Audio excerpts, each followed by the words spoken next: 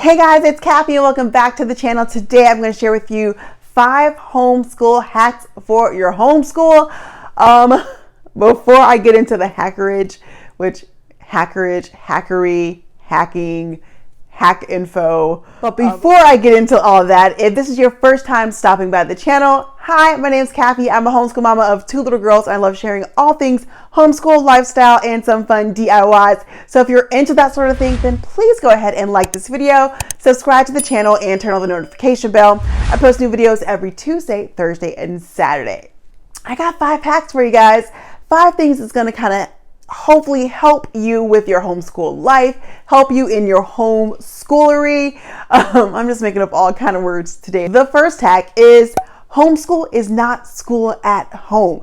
Guys, school, the way it's taught in the public school setting, the idea of a brick and mortar school, that is not the same thing as homeschool. It's 2 totally different things. But the idea behind homeschool is that you can really mold your education, you can mold your teaching style, you mold your education around your child, opposed to having to morph things that will be somewhat suitable for 18, 20 kids at a time. You are working towards your individual student at a much smaller scale. So guys, school at home is not the same thing as homeschool. Homeschool is homeschool. So once you understand this idea, and if this is your first year homeschooling, I did it. I totally did it. My first year of homeschooling, I was so trying to emulate I went to public schools. I was not homeschooled. So I was so trying to emulate how I was taught and how I thought education should be based on what I grew up in knowing, that our first year of homeschool was not exactly what I wanted, because I knew what I wanted. I knew the feel that I wanted for homeschool.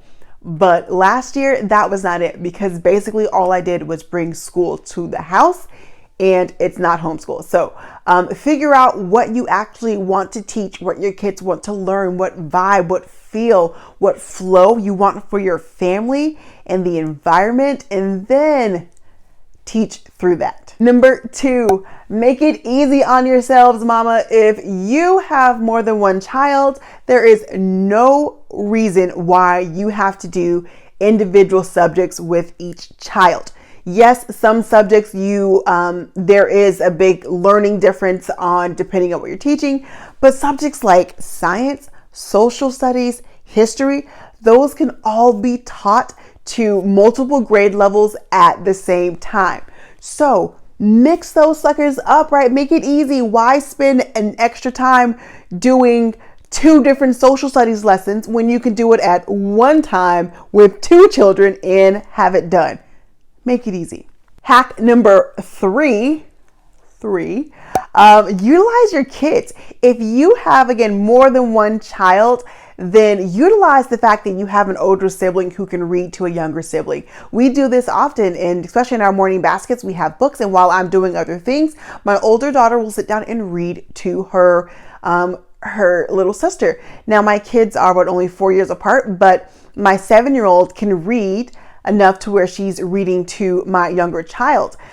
If your children are closer in age and you don't really have that maybe older sibling that can read or something, utilize someone who is stronger at a certain skill set to help someone who is struggling a little bit in that skill set.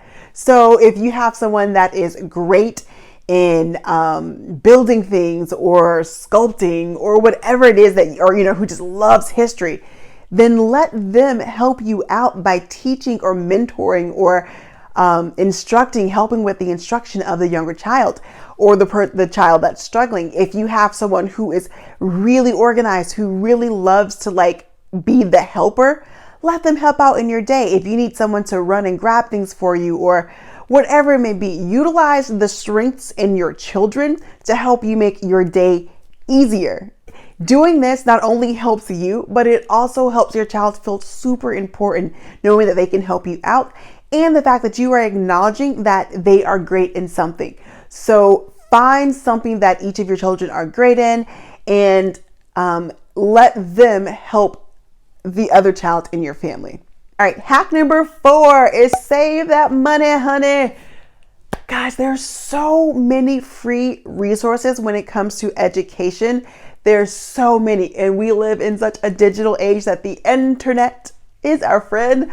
So use that sucker, use the internet, go online. YouTube is amazing. There's tons of educational things on YouTube. There's tons of educational things on Netflix. There's lots of free curriculum, or say spelling word printouts, or just different printables.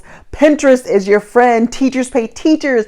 There's so many great free resources. Use those. There's no need to spend so much money on homeschooling.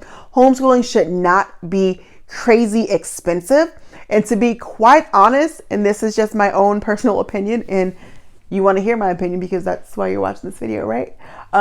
You could really, truly homeschool for free. You can grab a library book and the internet, and that's all you need. There are great books that you can teach your child how to do said subject just through the free books at the library. As long as you don't return them late, you don't have any fees, and that is free. Go online, find great websites. There are websites that tells you, a free printout of words to know by preschool. Here's a free printout on what skills should a second grader know. Okay, so you know what skills that you're trying to reach. You know what goals you have already set. So now you can teach them without having to spend more than a dime, right? So homeschool does not have to be expensive. Utilize all of the free resources that are out there. Tip number 5, guys, sometimes you just need to change up your environment. If you're having a day where children are just being children and they don't want to sit and they don't want to learn, or they don't want to learn in this avenue, change it up. Go downstairs or go into another room, grab a snack, have tea time while you're reading a book or reading over your lesson. Go outside, take your lesson outside to the park. Sit at the bench, read your lesson, do your lesson outside, go outside, do a nature walk, make that, a part of your day. Something as simple as, if you sit at desk, sit on the floor, relax. We do a lot of schooling on the floor. So honestly, for us, the opposite would be sitting at a desk because we sit on the floor all the time. But just change things up sometimes. Sometimes we get so bored with the monotony of our day. And if we get stuck in these rituals, sometimes we just don't want to do it. And sometimes you can do the exact same thing, but move it to a different setting. And now it's a whole brand new thing. Minds are now aroused and ready to go. So change up the environment when you can. Guys, I hope you enjoyed these 5 hacks for your homeschool. Hopefully it's going to make your homeschool run a little bit smoother and just, bring some joy to your homeschool life. Thank you so much for watching. If you enjoyed this video, then please like it and subscribe to the channel. Also, turn on the notification bell so you don't miss out on new videos. I post new videos every Tuesday, Thursday, and Saturday. Don't forget, guys, I am all over Instagram. So if you want to hang out with me and the family and get to know us a little bit better and spend some more time with us on the daily, head over to Instagram. I post more of our day-to-day life over there, as well as more homeschool tips and fun. So I will talk with you guys in a couple of days. Bye.